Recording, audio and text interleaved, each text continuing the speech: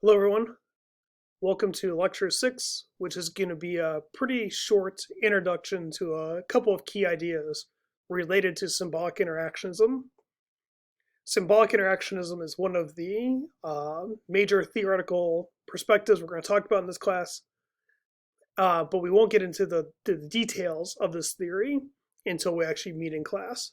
But there are a couple of preliminary ideas that we do want to discuss that are very important and central to this theoretical tradition.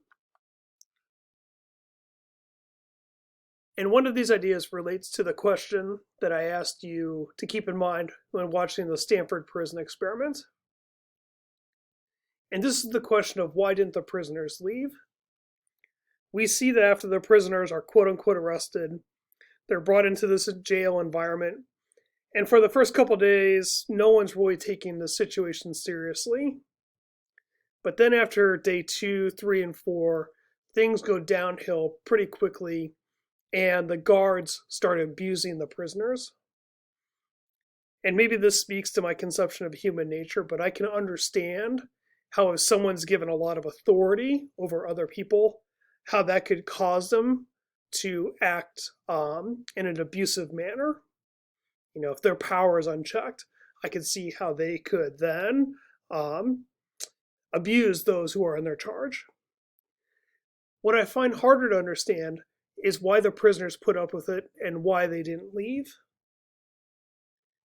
And we see that some prisoners are having very terrible experiences and they're putting up with a lot of abuse, but they stay there, or they think they need to stay there at least. So we see the one prisoner who faked having a nervous breakdown to try to get out of prison, and when he faked that nervous breakdown, actually seemed to have a real nervous breakdown, right? We see the other prisoner who heard the people chanting that he was a bad prisoner. He breaks down too and starts crying. We see people are trying to have there's rumors of escape attempts and things like that. We see that the guards are trying to degrade the prisoners by making them do things like walking like Frankenstein and the Bride of Frankenstein, right, and doing push-ups and trying to make that one prisoner eat that dirty sausage that has been on the floor, putting people in closets. These prisoners are being abused, but they don't leave. And the question is, why is that?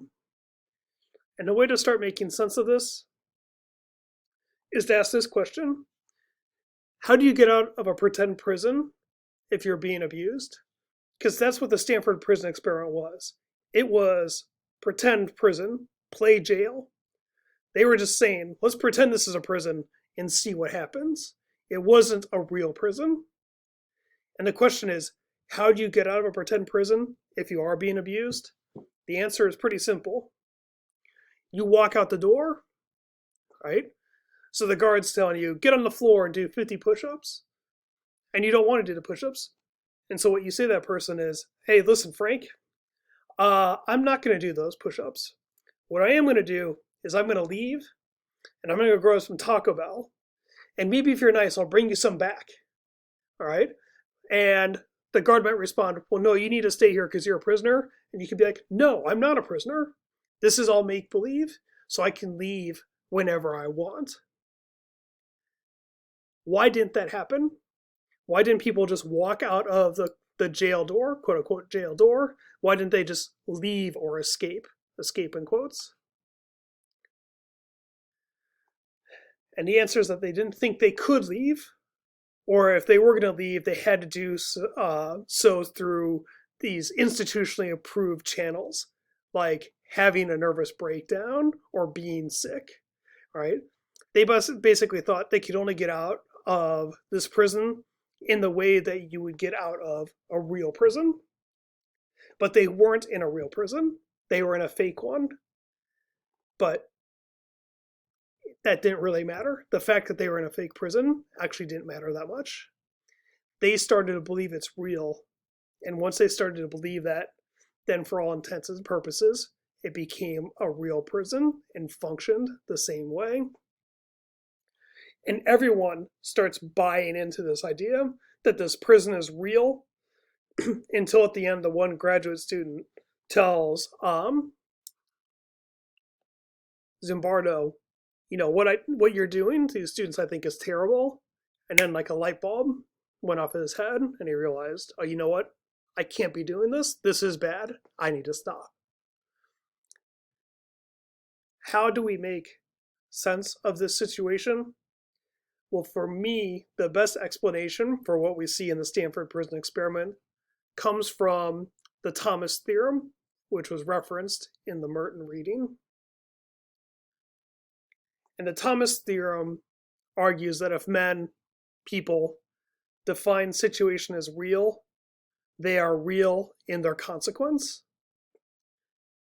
So if people believe something is real and act on the basis of that understanding, then for all intents and purposes, that thing is real, even if in actuality, that's not the case.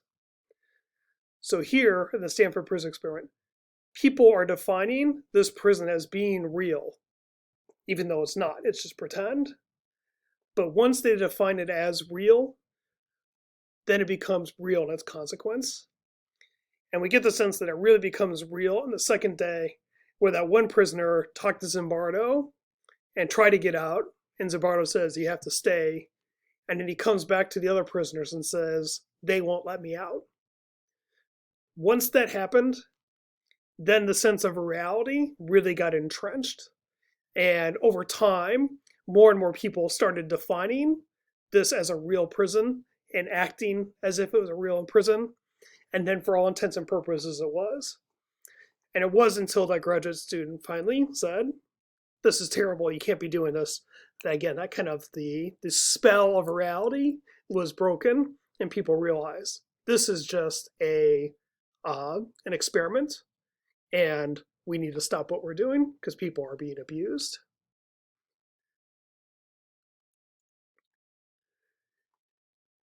And how can we see that prisoners in the Stanford Prison Experiment and other people were treating this prison as being real?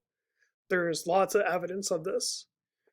Prisoners start referring to themselves, both in terms of speaking and writing their letters homes, in terms of their prison numbers, as opposed to their real name.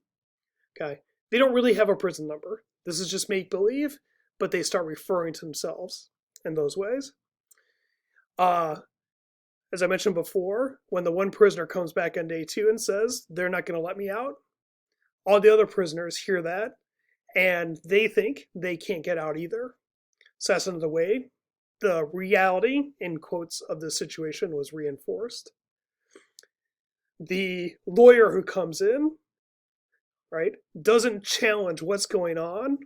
He just starts giving these prisoners legal advice, but they don't need the legal advice because they're not really arrested. But he was playing along with the situation, and that entrenched the sense that this was a real prison environment. The same thing with the ex-con who was on the parole board, quote-unquote parole board. He started acting in ways that he had seen in real prison, and that further enforced the sense that this is a real environment. And then the parents, right? The parents come in for visiting day. Some of the prisoners tell the parents, this is the worst experience of my life. And the parents don't just grab their kids and leave.